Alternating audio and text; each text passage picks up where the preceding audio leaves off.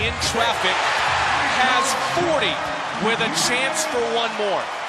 And Michael Jordan in the traffic, showing vintage Michael Jordan because he scores with the left hand. Jordan came into this game one of 13 different players to score as many as 40 in a game this season. And now he has 41. Jordan against Barron. 43. He was quiet there for a minute. He won't be quiet anymore. He says, I want to take on. Clear out. And 45 for Michael is a season high. Well, when you're hot, you're hot. Back in his own road, almost makes it seem double sweet, but he just needs to win. Michael Jordan has missed another one, but this time they whistle the foul. It's a season high every time he scores now. And 47. His career high is 69. Ogden tries to prevent the dribble drive, cannot, and Michael has 49. Well, you know it's a clear out for Michael. They cleared out and they waited, and he just challenged Ogden and won. Wesley and a jump pass to McClure is fouled by Whit. Jordan, 51 for Michael. I think that's what they were going for, and I think he'll probably come out of the game now. And 100 for Washington. He has more than half their points. McClure, foul going up, will revisit the free throw line. Fans standing as a future Hall of Famer produces 51 in a comeback year. Well, Michael Jordan was looking for this. We talked about it early on, Bob. I said I think they're going to try to get him 50.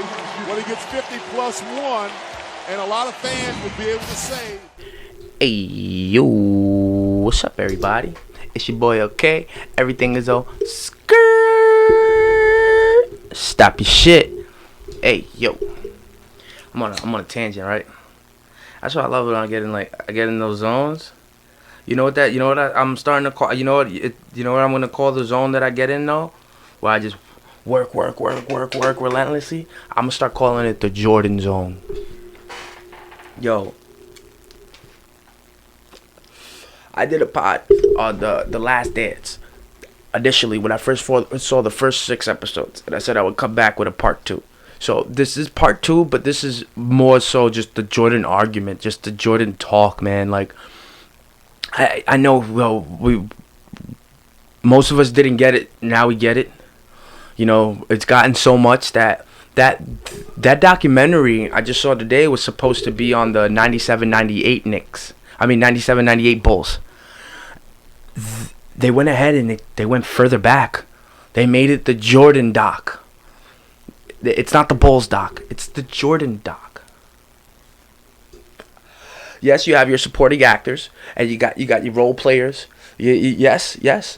But it's the Jordan documentary. It's his last dance, man. Yo, getting into like episode 7, 8, 9, and 10. You know, first him going up. First is the controversy with his pops dying. Isn't it fucked up? First off, rest in peace. Rest in peace to Papa Jordan. You created a God for us.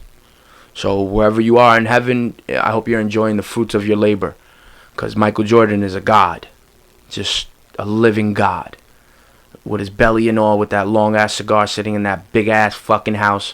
Fucking motivations, bro. So his pops died, and the way his pops died was tragedy. A murder. Supposedly he was drunk, pulled over, fell asleep. 2 guys mugged him. But there's so much controversy that surrounds it. Like I even hate to speak about it because it's shameful. Like, if you want to do your own deep dive, go ahead, because it's very controversial. But it's shameful that whenever like a famous person or icon of ours loses somebody in something that's like controversial or tragic, there's always has to be like a conspiracy theory behind it. I love conspiracy theories. I do. But some reason, the one with Jordan's father that circulated or went around, it doesn't sit well with me. Maybe because it's Jordan. It doesn't sit well with me. In similar fashion, Tiger Woods' father was like that for him. Tiger Woods' father was the same way. Jordan's father was just the training and, you know, always there for them. And I'm listening to a podcast, Tiger versus the Field. I think it's a Wondery by Wondery. And when Tiger lost his father, similar to when Jordan lost his father, you know, they almost went mad. Tiger went mad in a different way. He picked up his father's habits of having multiple women and wanting to be around pressured situations because that's what he missed of his pops, and he knew his pops built him up to deal with that. Always look at everything in the eye with like the eye of a tiger. Look at everything with the eye of a tiger. Don't let anything disparage you. Tiger's father gave him that, trained him to be like that, and Michael took the same morale from his pops. So when Michael lost his pops and they showed it, Michael decided to stop playing basketball. You know, could you imagine that? You go ahead and you win 4 rings and then you just stop.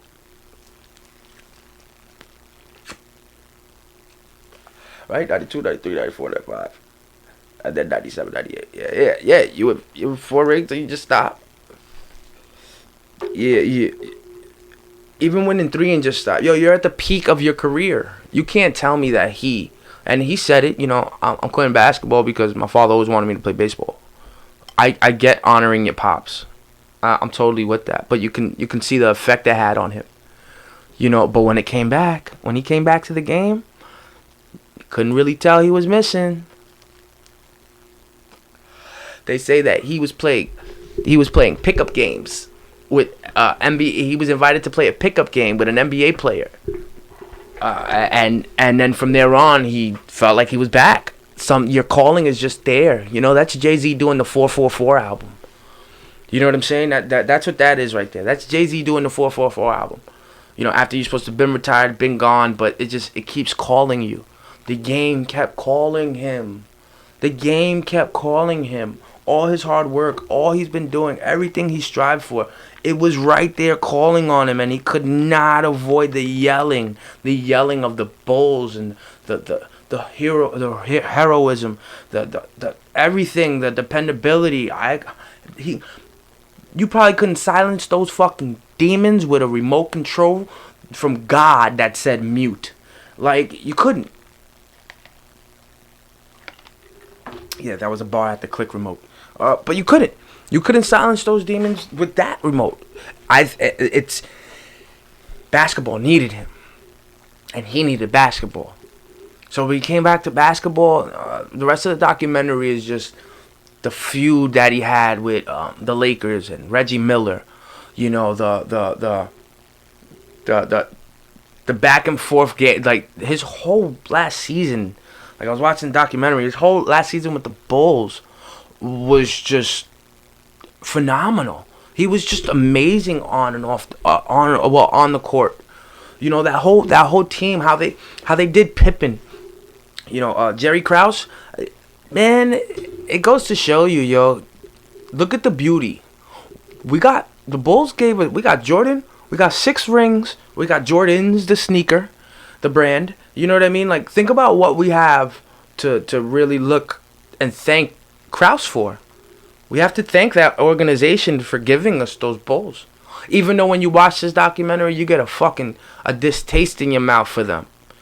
Scottie Pippen, to be underpaid like that, to be underpaid and then to be not even like embraced, like, you know, I think that really it goes to show the man that Scottie Pippen is, to say, fuck it, like, you know, I'm not gonna act like a bitch on the court. You know, he's playing with the greatest of all time. He knows he got to show up. That's a huge responsibility. That's a situation where you either tuck your dick between your legs and you cluck, or you go ahead and you man up. No matter what the situation looks like, you man the fuck up, and Pippen manned up. You know, even watching Dennis Rodman. We all know, like, come on, I didn't have to know that Dennis Rodman was a wild boy as when I was younger, and he was the wild boy. Seeing it when I was a grown-ass man, seeing him with all those piercings, his hair, everything, just, you can tell. And then you get his story on 30 for 30, You get his backstory, and you find out the things that he went through with his sisters and how they used to dress him like a girl, and how he got kicked out at 18. And if it wasn't for basketball, him getting found for basketball, Dennis Rodman wouldn't have been Dennis Rodman as we know it. Dennis Rodman would have probably been on the fucking 9 o'clock news. Feel me? Like, if it wasn't for that team effort, that embracement, that camaraderie, the not wanting to let your fellow player down, not wanting to let your fellow brother down.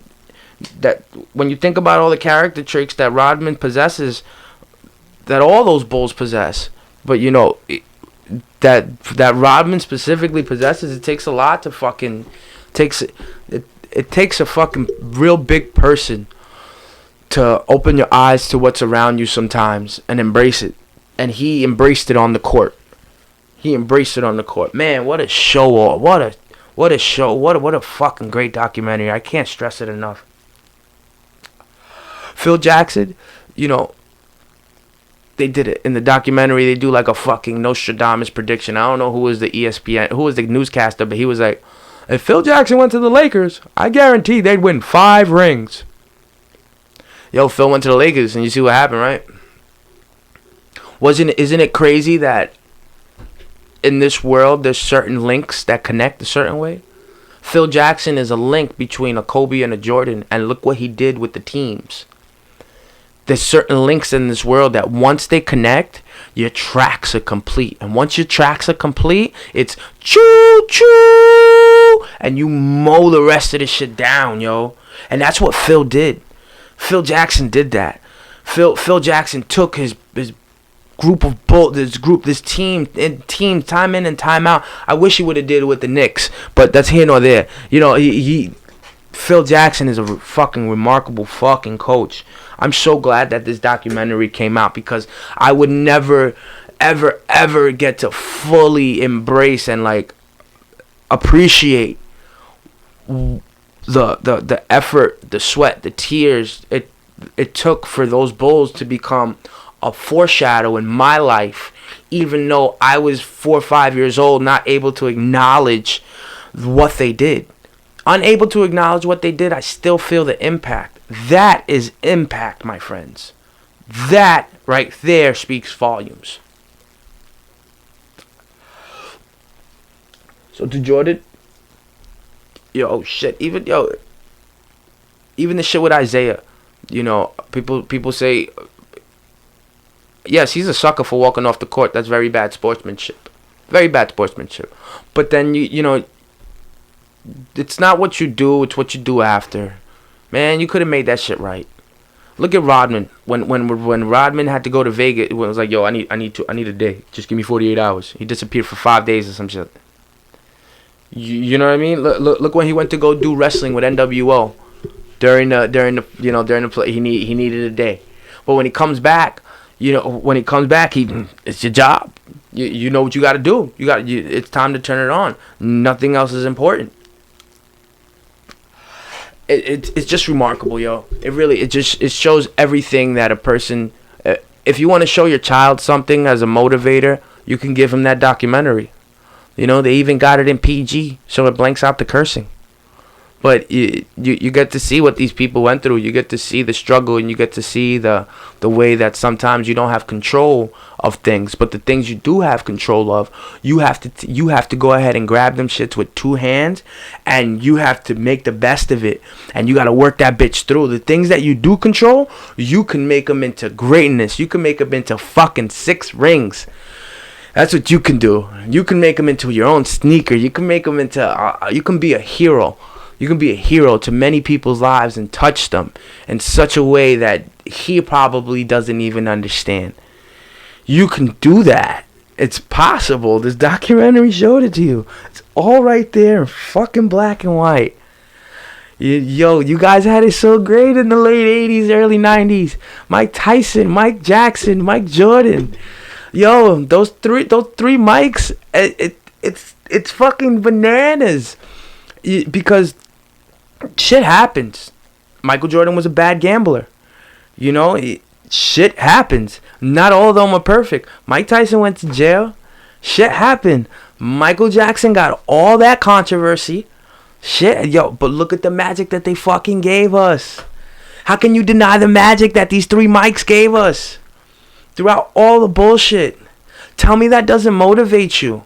No matter what you're going through right now, no matter how much you're struggling, no matter how much you're confused, you don't know, you got no clue. Just look, just witness greatness. It's right there.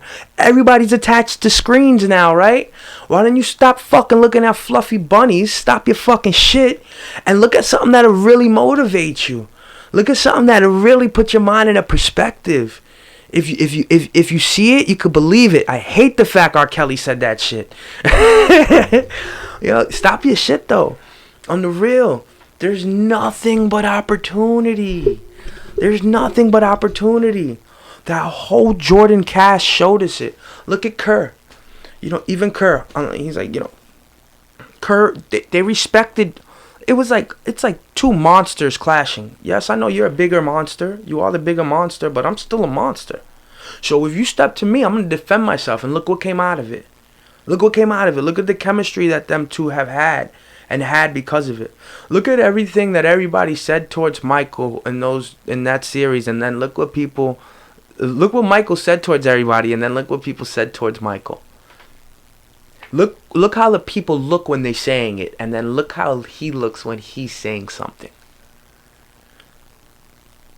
There was a reason why he was able to handle all that paparazzi and press and still be Michael Jordan and not turn into fucking Tommy Morris. I saw Tommy Morris' story today, and it was very tragic. Very tragic to see that man. He came from I think he was like John Wayne's nephew or some shit like that, and he came from he was a great boxer, athletic. He was almost matched up equally as like the White Tyson. And then to see what fame can do to you, delving into drugs and delving into women and delving into vices and that corrupt you, it could have went sour for a Michael Jordan, Michael Jackson, or Mike Tyson. And Mike Tyson even, pushed the envelope. Look at just the pure thought of Mike Tyson would scare people. Like if a girlfriend got into a fight with her man and she had the friend and she befriended Mike Tyson, all that girl would have to say is, "You keep fucking with me, I'm gonna call Mike." And that man would either shaping up or dip. You understand? Mike Tyson's presence is still scary to this day. Did you see him hitting bags? Please don't fight Shannon Briggs, though. That's just calling for brain injury. You two men are great at what you do. You guys have great legacies. Please stop your shit. I know it's for charity, but make sure it's like tens and millions of like $100 million. Like a Conor McGregor fight, like a Roy Jones Jr. fight. Even if it's 3 rounds, make it so much money, because you guys do not need to be in there hitting each other at that age. You guys did enough for us. It was enough motivation. Tyson went to jail for like rape or some shit like that. He bit off Holyfield's ear. They got a meme going out of Holyfield wearing a mask and it's saying "fuck you, Tyson," because the mask won't hang up. Like Tyson would, you see what? But look at all the good things we got out of it. Look at how everybody feels. Come on, how many times do I get drunk with my friends and I'm putting the Mike Tyson knockouts on? I can't get enough of the Mike Tyson knockouts. Just like I can't get enough of watching Man in the Mirror and watching all those people scream and cry trying to touch Michael Jackson. You know what it is? Somebody crying because they're touching you? That I got chills. Like, I got chills thinking about that. I don't want that. If I'm being absolutely honest, I don't want that. But I kind of would like to know what it feels like to... that. I want to touch somebody that gives me that feeling. Not be the person being touched, but I want someone to see somebody or feel somebody that gives me that feeling, and then when they're in my presence, be like, oh my God, it's just, I'm overjoyed to be around you that I'm crying. So Michael Jackson did to people. And then I can't I can't say enough about Jordan. You know, out of all of them, the only controversy Jordan had was gambling. You know, think about that. No women, no crazy pedophile shit. We wear his sneakers. Right now, they're coming out with a documentary about his sneakers. It's like vice versa. It's called Vice Versa, about Michael Jordan sneakers. You know, and it's playing into both sides, to where yes, they're antiques, they're antiquities. You know, they're worth money. They're what, unvaluable, because they're priceless. There you go, they're priceless. They're priceless, some of these sneakers. I get it, but when you hear a story of a kid getting killed because he got jumped for his Jordans, when you hear stories of people getting robbed for sneakers, you know, that's what one person did. He caused that mass hysteria with his sneakers that have been around for pretty long, to over 20 years now. He has the ability to cause that mass hysteria. I'm gonna definitely check that documentary out. May 25th, Vice Versa. But I'm gonna definitely check that out, because it's weird. How can you really get mad at somebody's that much influence that somebody has? If somebody has that much influence and power, and then it's not like he's abusing it. All he's doing is making money and have his logo on it. When's the last time you see Jordan in a Jordan commercial? When's the last time I seen a Jordan commercial? I don't even see. You don't even see Jordan commercials like with his sneakers. You don't have to. That's how much of an impact he has on us. So I'm gonna watch that documentary, and I could already see both sides of it. You know, I could already see both sides of it. I'll probably have an opinion after I see it, though, because that's something I don't want to. You know, I don't want to sound too stupid. Stop your shit. I already sound halfway dumb. Nah, I'm only playing. But yeah, Jordan's impact is amazing, yo. Jordan's impact is amazing. His legacy is amazing, and it still continues to make waves to this day. And I want to leave this with this argument that was going around that I'm a year late to it. I think it was Jalen Rose. He was talking with somebody about they said on a one-on-one game, who would win, Jordan or LeBron? On a one-on-one game, I'm sorry, LeBron, you are not beating Jordan. You're not. I know you're bigger. I know you're like 6'9", 260 pounds, some shit like that. Like, trust me, boy, I know you're bigger. But remember what Jordan did to face those bad boy Pistons. He bulked up. You know, remember there was a Patrick Ewing, and there was the Cavs. There was so many roughhousing teams that were around. You know what I'm saying? Jordan's been through the mud. So a primetime Jordan versus a primetime LeBron. LeBron is getting left on zip. I'm confident of that. On a one-on-one game, LeBron is getting left on zip. I'm gonna open up this. I probably could. Yeah, they probably won't get mad at me. But I'm gonna open up this podcast with like a 30-second clip of on YouTube. So you can, if you want to see it, it'll open with it of just Jordan and his moves. You know, and you can go look at LeBron's moves, because it's not about LeBron. You can go and compare them in the 30 seconds. There's no comparison.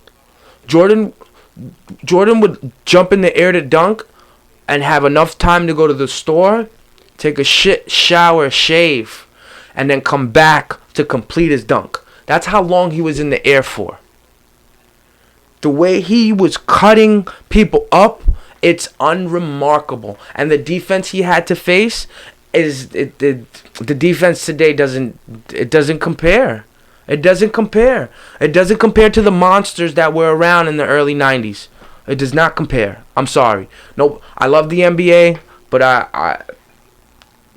they don't do it. You know, the Jordan era, that legacy, those reform of players, the majority of them will reign. And an argument that was made too before I leave, they say the level of competition has changed, like with boxing. Like when Mike Tyson got knocked out by Buster Douglas, Buster then got knocked out because the level of competition changed. I can get that maybe the era would be different if Jordan was playing now, but I don't think so. I think Jordan still makes a team out of whatever team he's on. Even when he was on the Wizards, which he was supposed to be a coach of, it was because he was old and taking too many shots. Because just a couple years prior, those shots were making. Those shots were water. So it's really all about when you catch these men. And I think a primetime Jordan whips the floor with any basketball player. He is the basketball player of our time. He is the greatest basketball player of our time. He is Michael Jordan. Yo, I'm out of here, y'all. It's your boy, OK. Everything is Stop your shit. Everybody take care during these times. Hopefully I'll see y'all soon. Listen to some music. Watch some YouTube videos. Do motivating things that make your spirits feel good, alright? Don't fucking... Stop watching midget porn. I was talking to you, Gil.